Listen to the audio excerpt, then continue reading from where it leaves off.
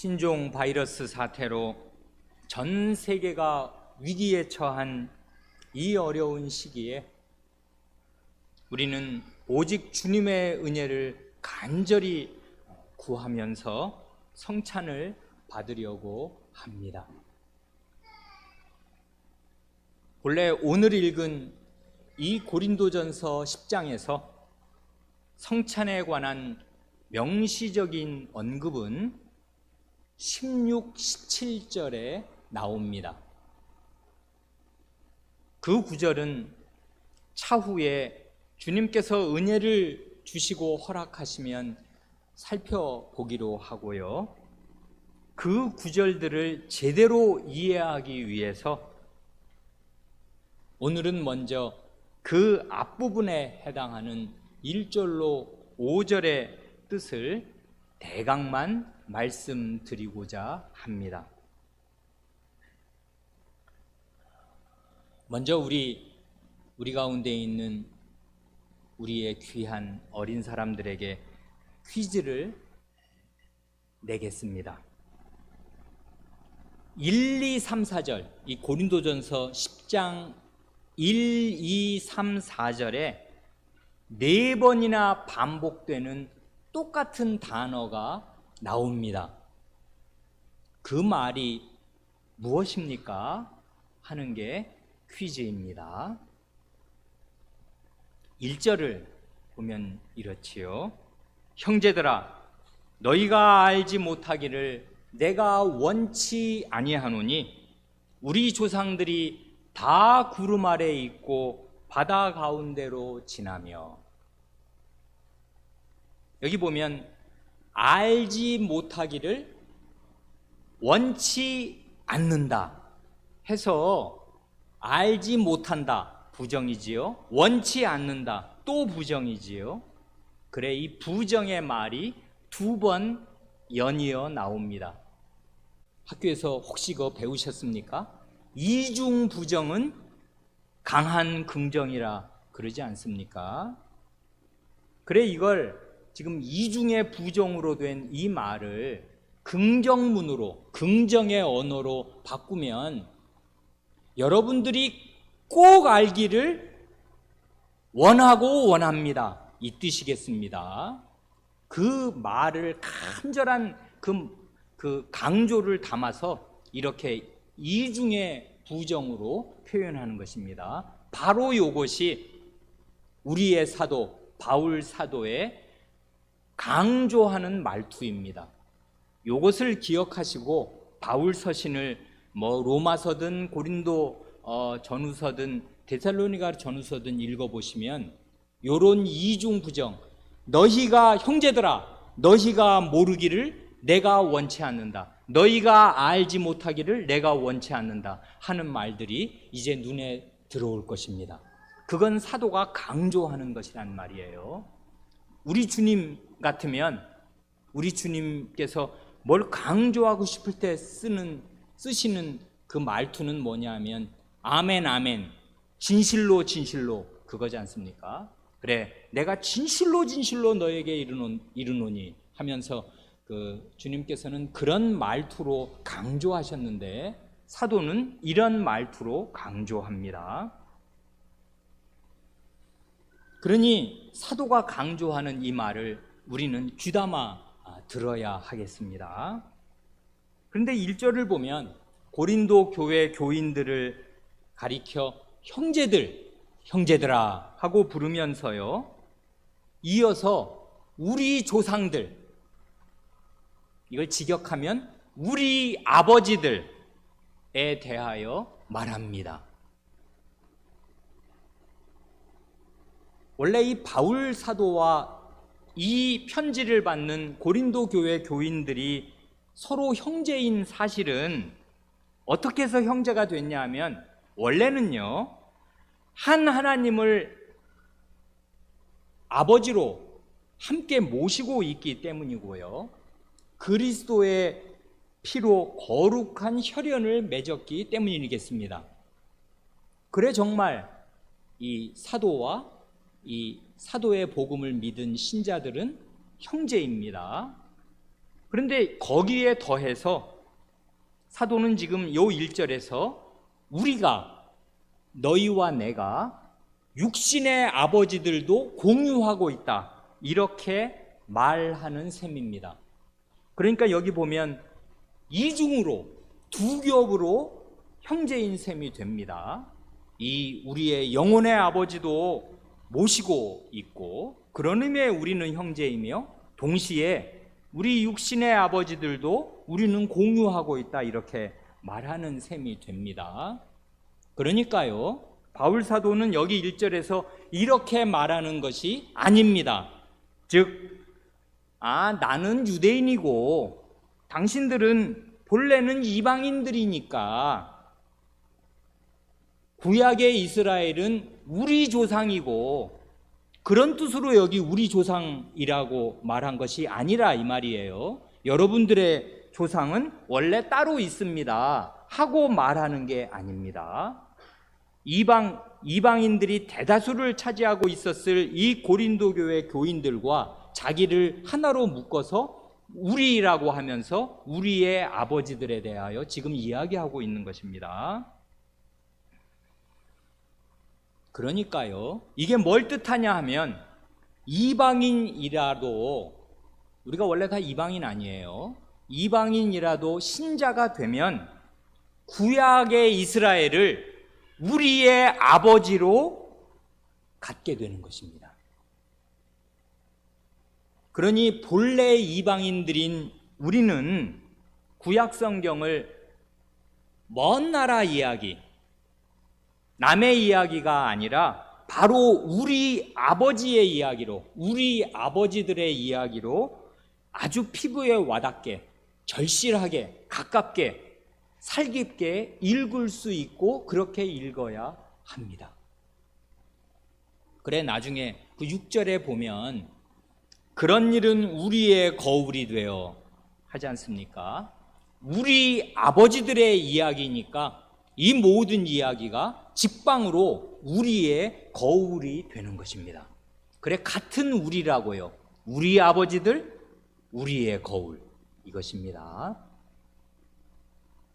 아까 우리의 내일인 이 귀한 어린 사람들을 위해서 퀴즈를 드렸는데 답 찾으셨습니까? 1, 2, 3, 4절에서 4번이나 반복되는 똑같은 단어가 있습니다. 그게 뭡니까? 큰 소리로 누가 말해 보겠습니까?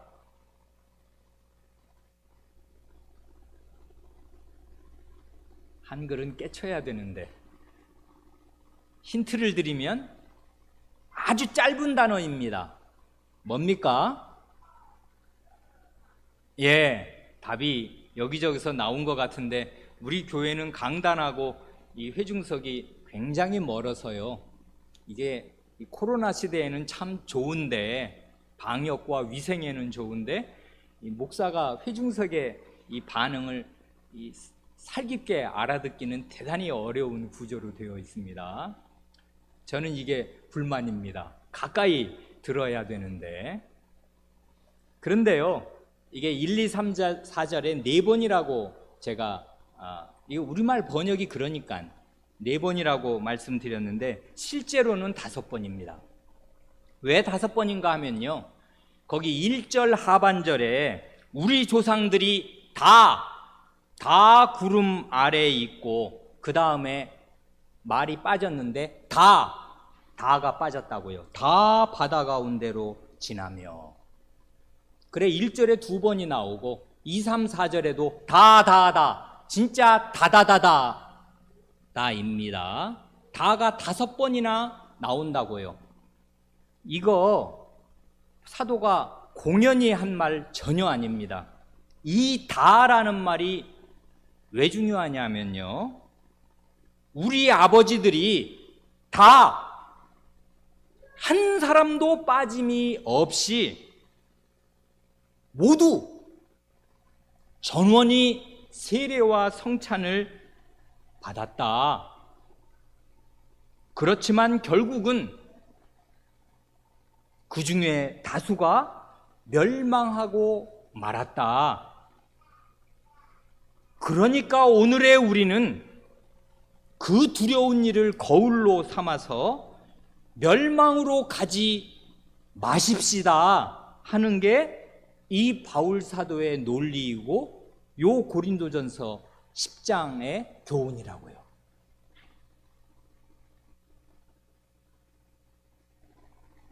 그러니 맨 처음에 이 다 세례와 성찬을 받았다 한 사람도 빼놓지 않고 이 말을 강조하는 것이 대단히 중요합니다. 과거 역사에서 제대로 교훈을 받지 못하면 그 과거의 실패를 똑같이 반복하게 되고요. 그러는 사람들에게는 미래가 없는 것입니다. 있기는 있는데 캄캄할 것입니다. 그래 오늘은 크게 두 가지를 말씀드리고자 합니다. 첫째는 우리 아버지들이 그들이 세례를 받았다는 말이 무슨 뜻인가? 그거를 함께 생각하려 하고요. 둘째는 그들이 성찬을 받았다는 말이 무슨 뜻인가? 그것을 함께 생각하려고 합니다. 첫째로 그들이 세례를 받았다는 뜻이 무슨 말인가 하는 건데요. 우리 아까 퀴즈는 이건 너무나 쉬운 거였으니까 우리 초등학생 이하, 초등학생과 그 이하 우리 초학문답을 외운 사람들에게 아주 쉬운 퀴즈 하나를 마저 내겠습니다. 이건 한번 큰 소리로 다 들리게 얘기할 수 있으면 너무나 좋겠습니다. 뭐냐 하면 신약의 성례가 무엇과 무엇입니까? 우리 초등학생들, 신약의 성례가 무엇과 무엇입니까? 잘 안 들려요. 방역에 아주 만전을 기하는 것 같습니다. 세례와 성찬인 거, 이건 모를 수가 없지요. 이건 초학문답 외우는 글자 모르는 우리 유치원생들도 압니다. 신약의 성례는 세례와 성찬입니다. 그럼 중고등 학생에게 묻습니다. 신약의 세례와 성찬에 해당하는 구약의 성례는 그럼 뭡니까? 이것도 그동안 하나님 말씀 잘 배운 사람들이라면 어렵지 않습니다. 신약의 세례에 해당하는 구약의 예식은 할례이고요. 신약의 성찬에 상응하는 구약의 예식은 유월절 식사입니다. 중요한 건 이건데요. 그 당시 우리의 아버지들이라고 일컬어지는 구약의 이스라엘 백성은 애굽에서 다 남자라면 다 할례를 받았습니다. 이걸 요즘 우리말로 하면 다 세례교인입니다. 그리고요, 출애굽한 백성이라면 누구도 예외 없이 다 유월절 양의 피를 문에 바르고 그 양 고기를 먹은 다음에 유월절 식사를 한 다음에 애굽에서 나왔습니다. 그러니 그걸 요즘 우리말로 하면 출애굽 구원을 받은 모든 사람들은 다 성찬 회원이라고요. 그런 의미에서 애굽에서 세례와 성찬을 받았습니다. 그런데요, 바울 사도는 여기에서 우리의 이런 생각을 뒤집는 굉장히 희한하고 뜻밖의 말을 합니다. 여기에서 말하는 세례와 성찬은 그게 아니라고요. 뭡니까? 이스라엘 백성들이 요 애굽에서 받은 원래의 세례와 성찬, 할례와 유월절 식사, 그걸 받고 난 이후에 받은 또 다른 새로운 세례와 성찬에 대하여 지금 말합니다. 그러니 우리가 주의 깊게 이 본문을 살피고 하나님 말씀을 듣지 않을 수가 없어요. 하나님 말씀은 종종 이렇습니다. 우리를 어리둥절하게 하고요. 야, 이게 뭐지? 하고서 정신을 차려서 하나님 말씀 다시 읽게 한다고요. 그래서 1절 하반절과 2절을 보면 이렇습니다. 우리 조상들이 다 구름 아래 있고 바다 가운데로 지나며, 2절 모세에게 속하여 다 구름과 바다에서 세례를 받고. 여기 보면 출애굽 이후에 받은 세례가 나오지 않습니까? 무슨 세례입니까? 여기 두 가지를 1절과 2절에서 두 번 반복적으로 언급하잖아요. 구름하고 바다, 구름과 바다, 구름과 바다. 요게 그 세례입니다. 구름은 뭘 말하는 것입니까? 저기 지금 밖에 나가면 있는 구름이요? 그런 거 아닙니다. 이스라엘을 인도하였던 그 구름 기둥과 불 기둥, 그거 지금 말하는 것입니다. 그 구름이란 곧 하나님의 임재를 뜻하고요. 하나님의 영광 구름이라고요. 영광 구름. 그래, 그 구름을, 그 시내산을 나중에 보면 이제 시내산을, 그 시내산 꼭대기를 뒤덮은 하나님의 임재, 하나님이 여기 내려오셨다 하는 걸 보여주는 그런 구름이요. 그래, 이게 낮에는 구름이고 그 가운데 불이 있어서 밤에는 구름이 안 보이지만 그 구름 속에 있는 불이 보여서, 그래, 불 기둥이요, 구름 기둥입니다. 이 하나님의 임재 그리고 하나님의 인도, 이 구름 기둥 불 기둥이 그 이스라엘을 인도하거든요. 출애굽 그 홍해를 건널 때도요, 이 구름 기둥이 그 홍해 앞까지 인도한 다음에 이 추격자들이 살기등등해서 이 병거를 타고 쫓아오니까 구름 기둥이 뒤로 가가지고요, 요 이스라엘 백성과 추격하는 그 애굽의 정예병들 사이를 가로막는다고요. 그래, 이 구름은요, 이 구름 기둥은 하나님의 임재요, 하나님의 보호요, 하나님의 그 능력이라고요, 하나님의 인도라고요. 그걸 상징하는 구름입니다. 그런데 아주 여기 그 뜻깊은 말이 하나 나왔는데 2절 초반에 모세에게 속하여 하지 않습니까? 지금 구름 기둥의 인도를 받으면서 홍해 앞까지 이르러 애굽 군대로부터 보호를 받고, 홍해, 이 바다는 홍해를 말하는 거니까 홍해를 건넌 거, 이거를 지금 세례 받았다고 말하는 건데요, 이렇게 함으로써 중요한 게 뭐냐면 모세에게 속하게 되는 것입니다. 이렇게 말해도 되고 저렇게 말해도 되는데, 모세에게 속하여서 이 구름과 바다에서 세례를 받았다고 말해도 좋고, 구름과 바다에서 세례를 받음으로써 모세에게 속하게 됩니다. 모세에게 속하게 된다는 말은 모세의 제자가 되어서요, 모세가 전해주는 하나님의 말씀을 순종하게 된다, 그것입니다. 그게 모세에게 속했다는 말이라고요. 모세는 신약의 그리스도를 예표하는 구약의 그리스도란 말입니다. 구약의 그리스도, 구약의 지도자, 구약의 구원자에게 속해서 세례를 받고 그가 전하는 하나님 말씀을 지키게 되는 것, 이걸 가리켜서 모세에게 속한 세례를 홍해를 건너며 구름 기둥의 인도를 받으며 세례받았다, 우리 조상들, 우리 아버지들이 이렇게 지금 말합니다.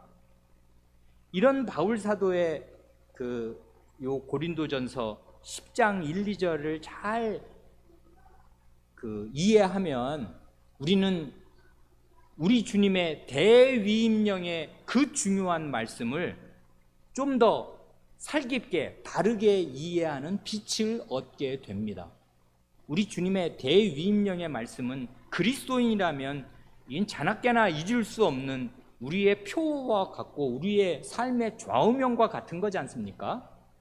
하늘과 땅의 모든 권세를 내게 주셨으니 그러므로 너희는 가서 모든 족속으로 제자를 삼아 아버지와 아들과 성신의 한 이름 안으로 세례를 주고 내가 너에게 분부한 모든 것을 가르쳐 지키게 하라 하시는 게 그 예수님의 유언과도 같은 그 대위임의 말씀, 왕적인 명령인데요. 요 말씀의 핵심을 보면 제자 삼으라시는 명령하고 세례 베풀라는 명령, 요게 딱 붙어 있어요. 그렇지요? 제자를 삼는 것과 세례 베푸는 것이 하나라 그 말입니다. 세례를 받으면 제자가 되는 거예요. 세례 받는 목적은 어디에 있는가 하면 주님께 속하여 주님의 제자가 되어서 주님의 제자로서 주님의 말씀을 가르침 받아서 지키고 사는데 세례받은 목적이 있습니다. 모세에게 속하여 세례를 받은 것과 주님에게 속하여 세례를 받은 목적은 모세의 제자가 되고 주님의 제자가 되는 데 있다 그 말이에요. 제자가 되면 제자는 뭐 하는 사람인데요? 스승에게 배우는 사람입니다. 이건 학교에서 무슨 시험 보려고 지식을 쌓는 그런 지식이 아니라 머리로만의 지식이 아니라 삶으로 배워서 행하는 실천적인 지식을 말하는 거지 않습니까? 이 학교는 기숙학교라고요. 함께 먹고 자고 하는 옛날 서원과 같은 그런 학교요. 그래, 주님의 가르침, 주님의 말씀을 배우고 그걸 지켜 행함으로써 주님의 제자로 삽니다. 요게 세례랑 딱 붙어 있다고요. 이게 주님의 마지막 대위임령의 말씀이에요. 세례의 뜻은 주님의 제자로 사는 데에 있는 것입니다. 그러니 그렇게 안 하면 어떻게 되는 것이에요? 주님의 말씀을 잘 계속해서 가르침받지 않고 그 말씀을 지키고 살지 않으면 어떻게 되냐는 말입니다. 그러면 자기가 받은 세례의 뜻을 스스로 무너뜨려 버리는 것입니다. 세례의 뜻을 허무하게 만들어 버리는 거라고요.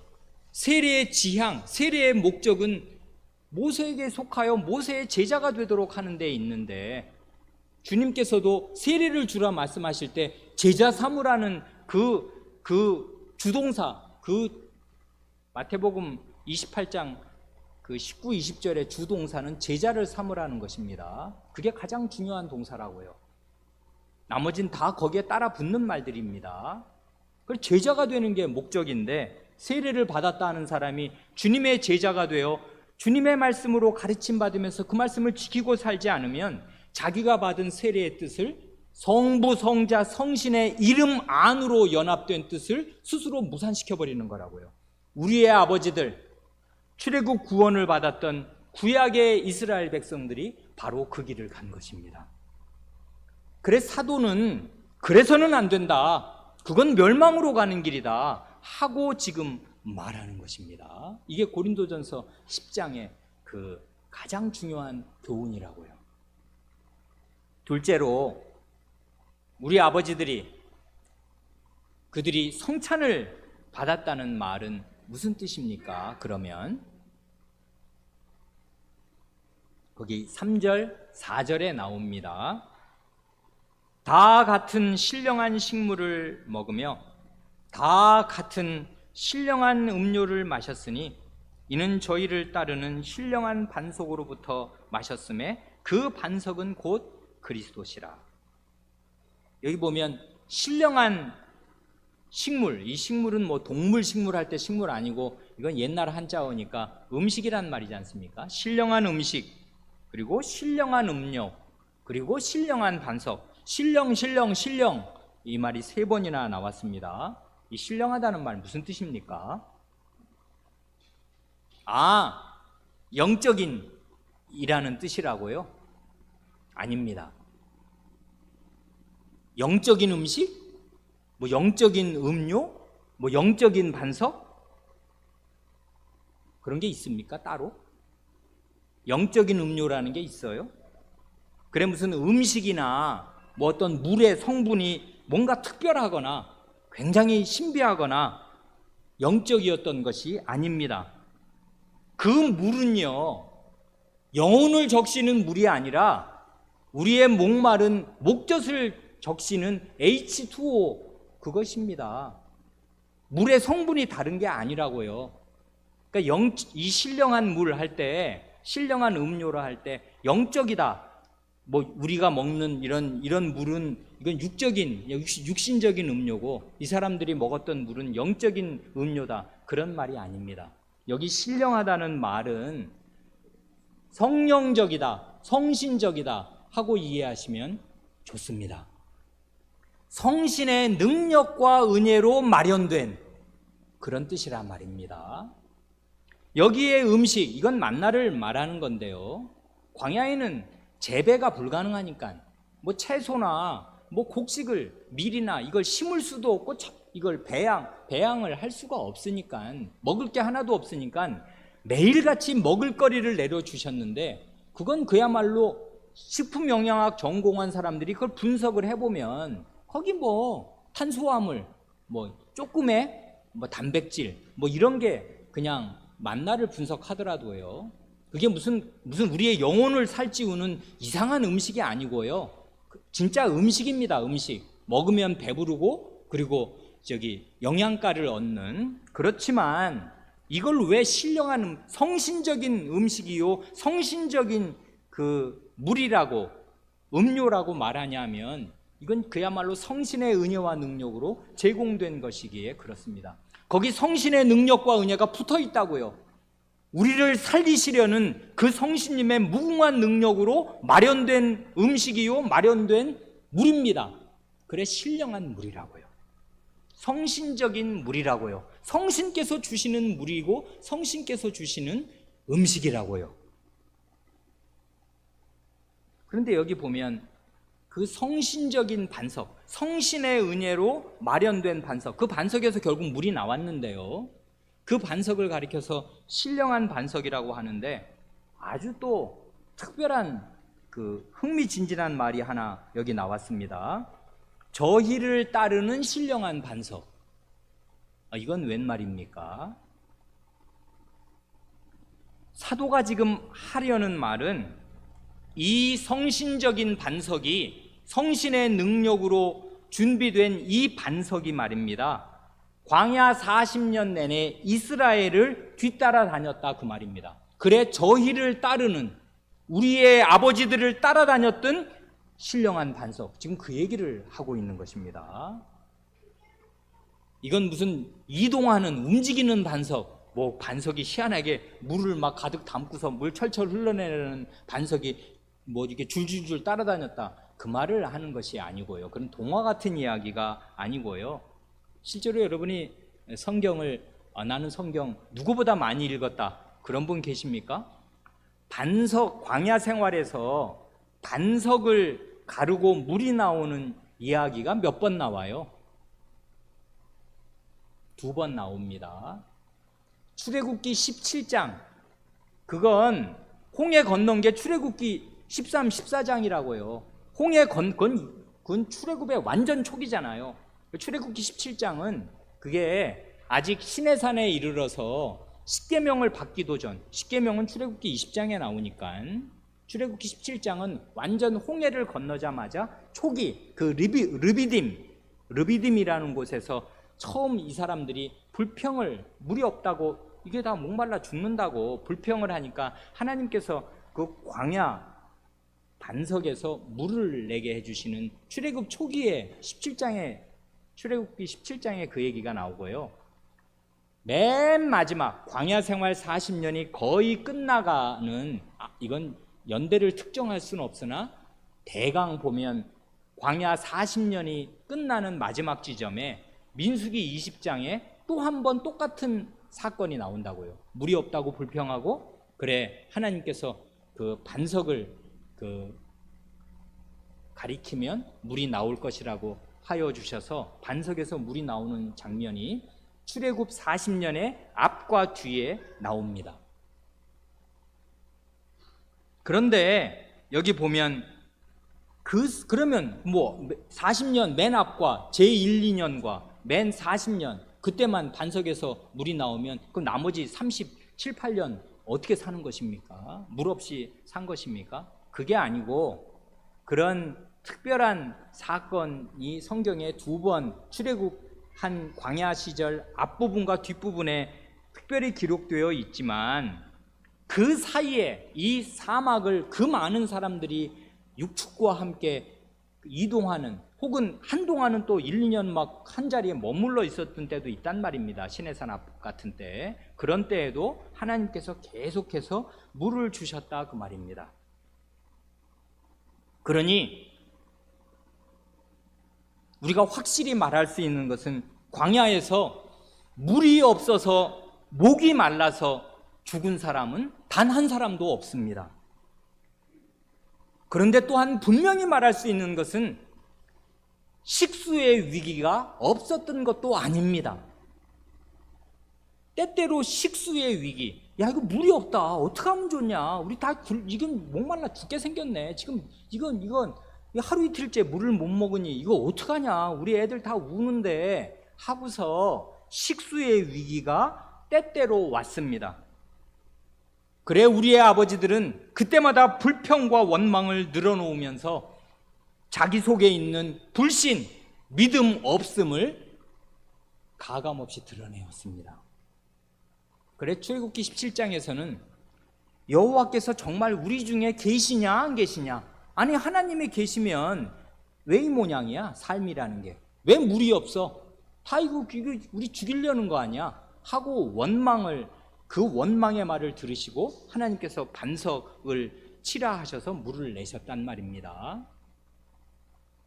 나중에 민수기 20장에 가면 아이고 우리 형제들이 이 광야 모래바람에서 다 죽어나갈 때 우리도 죽었으면 좋았을 걸 그랬네, 왜 우리를 너희 모세와 아론 너희가 광야로 인도해서 우리와 우리 짐승 다 죽게 만드냐 하고 불평한다고요. 그래 그랬던 사람들 정말 광야에서 다 죽습니다. 다 멸망합니다. 중요한 것은 물이 없어서 멸망한 것이 아니고요, 그 불신과 원망하는 그 믿음 없음으로 말미암아 멸망한 거라고요. 그래 위기가 없는 것이 아니고요, 하나님 백성의 삶에 위기가 있지만 그 위기 때문에 멸망하지 않는다고요. 그 위기 앞에서 드러내는 자신의 불신 때문에 멸망하는 것입니다. 그러니 그러지 말라고. 여기 이 사람들 다 세례와 성찬 받은 사람 아니냐고. 세례도 그 홍해를 건너며 받고, 그러나 그 세례의 뜻대로 살지도 않고 성찬 곧 신령한 음식과 물을 먹었잖냐. 아니 이 세상에 반석을 갈라서 이 사막에서 물을 먹었으니 그거보다 더 확실한 게 어디 있으며, 그리고 하늘에서 진짜 맨날 음식이 떨어져서 그걸 먹으니 그것보다 더 하나님의 능력을 체험할 수 있는 게 어딨냐. 근데 희한합니다. 사람에게요 악질적인 면역력이 있다고요. 그게 하루 이틀이지 한 해, 두 해, 세 해, 네 해 똑같은 일이 계속 반복되면요 면역력이 생겨요. 하나도 감동스럽지 않고요 당연합니다. 그리고 때때로는 그런 게 또 물이 없어지기도 하거든요. 물이 없어 또 그러면 이제까지 어떻게 물을 먹고 이제까지 3, 40년을 버텼나 하는 생각은 다 잊어버립니다. 그리고 맨 처음인 것처럼 불평한다고요. 우리를 다 이렇게 목말라 죽이려고 광야로 인도해낸 거야? 이렇게 마음이 돌아간다 그 말입니다. 하나님의 백성들, 우리 아버지들이. 그래 여기 보면 맨 마지막에 그 반석은 곧 그리스도시라 합니다. 이건 사도의 아주 종합적인 판단이고요 종합적인 언명입니다. 다시 말해서 애굽에서 지금 나왔지 않습니까? 그게 구원이잖아요. 노예살이에서 이제 끝나서 해방을 받고 나와서 홍해를 건너 광야를 지나서 저 약속의 땅으로 들어가는 이 전 과정을 구원이라고 할 때 이 구원이 어떻게 가능했는가 하면 그 원천이 무언가 하면 그게 구원의 원천이 결국 그리스도 아니냐 그 말을 지금 하는 것입니다. 그래 그리스도는 정말 유월절 어린 양이 되셔서 출애굽의 구원을 가능하게 했지 않습니까? 유월절 어린 양의 피로 구원을 받았고, 광야에서는 반석이 되셔서 그 백성이 죽지 않고 약속의 땅에 들어갈 수 있도록 물을 공급하는 물의 원천이 되셨습니다. 그리고 사도는 여기 고린도전서 10장에서는 말하지 않지만 만나의 원천이 되신 분도 그리스도이십니다. 요한복음 6장을 가면 내가 생명의 떡이다, 그렇게 말씀하시지 않습니까? 만나의 원천, 그래서 이 백성을 죽지 않고 살려서 약속의 땅, 영원한 그 구원의 땅에 들어가게 하시는 원천은 언제든지 예수 그리스도시라고요. 그러니 여기 10장 1, 2, 3절을 척 읽으면 이 사람들은 다 세례를 받고 성찬을 받았는데, 받고 또 받았습니다. 매일 받았다고요. 그런데 여기 보면 신령한 음식, 신령한 음료가 성신적인 음식과 음료이고, 그런데 이 신령한 반석은 그리스도시라면 여기에 성신과 그리스도가 다 나오는 것입니다. 그렇지요? 하나님께서 성신으로 능력을 베푸시고 그리스도의 희생과 그리스도를 원천으로 삼아서 이 큰 구원을 베푸셨고, 성신과 그리스도로 계속 인도하고 계시는데, 광야의 이스라엘은 세례받은 뜻도 저버리고 성찬을 먹고 마신 뜻도 저버려서 결국 멸망했더라, 그것입니다. 저희의 다수는 광야에서 멸망하였습니다. 그러니 오늘 성찬을 받는 자리에서 이 엄중한 경고의 말씀을 형제들과 이 자매들과 함께 나눌 때 이 바울 사도의 교훈, 하나님의 말씀의 교훈을 우리는 무겁게 알아들을 수밖에 없습니다. 이 성찬의 떡과 포도주가 성신적인 음료와 성신적인 음식이 아니라면 무엇이겠습니까? 그러나 참된 믿음이 없이 반복적으로 1년에 4번, 10년에 40번, 20년에 80번, 30년, 40년, 50년에 100번, 200번을 참된 믿음이 없이 이 성찬의 떡과 포도주를 아무리 먹고 마신들 결코 그 자체로 구원을 얻을 수 없을 것입니다. 이건 믿음이 있어야 된다고요. 이 떡 어떻게 생긴 것인가? 이 떡 뭘 뜻하나? 이걸 마련하려고 어떤 성신님의 능력이 여기 쏟아부어 들어갔나? 이거 성신의 음료요, 성신의 음식입니다. 성신께서 자신의 총력을 기울이셔서 우리를 살리시려고 마련하신 거라고요. 그리고 이것은 그리스도 자신의 몸과 피를 뜻하는 것입니다. 이것은 성신의 음식이며 성신의 음료요, 그리스도 자신의 몸과 피로 마련된 음식입니다. 참된 믿음으로 이 음식을 먹고 마시는 사람은 영생하겠습니다. 결코 이 광야 인생길에서 할 일 없이 허무하게 멸망당하지 않을 것입니다. 그러나 주의하십시오. 우리의 아버지들은 다수가 멸망하였습니다. 헛된 믿음으로, 믿음 없이 세례와 성찬을 받았기 때문입니다. 자기의 믿음 없음으로 세례받은 뜻, 성찬받은 뜻을 스스로 무너뜨렸기 때문입니다. 그런 일이 가능합니다. 그러니까 우리는 정신을 바짝 차리고 이 하나님께서 주시는 이 음식이 어디서부터 온 건가, 여기에 담긴 약속이 무엇인가 하는 것을 굳게 믿으면서 하나님의 은혜를 간곡히 바라면서 성찬을 받습니다. 이제 성찬을 받겠습니다.